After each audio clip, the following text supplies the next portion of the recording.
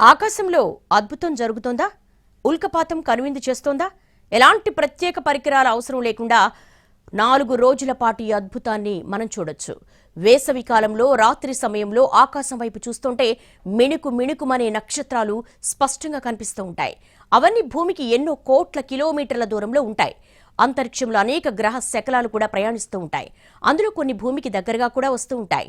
కానీ అవేమీ మన కంటికి కనిపించవు. కానీ వాటి శకలాలు కొన్ని భూ వాతావరణంలోకి ప్రవేశించినప్పుడు మిరిమిట్లు గొలిపే కాంతి వెదజల్లుతూ మండిపోతాయి. అయితే ఇలాంటి ఘటనలు చాలా అరుదుగా జరుగుతూ ఉంటాయి. ఈ నెలలో ఇలాంటి ఖగోళ అద్భుతం కంటపడింది. ఈ నెల 12న ప్రారంభమైన ఉల్కపాతం మరో 4 రోజుల పాటు అంటే ఈ నెల 20 వరకు కొనసాగనుంది. తోకచుక్కలు, వాయువులు, ధూళితో పాటు వివిధ పరిమాణాల్లో ఉన్న శకలాల్ని వెదజల్లుతూ ఉంటాయి. అవి భూ వాతావరణంలోకి ప్రవేశించినప్పుడు ఉల్కపాతాలు ఏర్పడతాయి. వీటిని షూటింగ్ స్టార్స్ అని కూడా పిలుస్తూ ఉంటారు.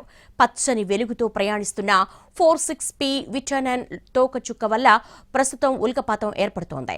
ఇది గురుగ్రహ కుటుంబానికి చెందినది. అంటే దీని కక్ష సూర్యుడికి గురుగ్రహానికి మధ్య ఉంది.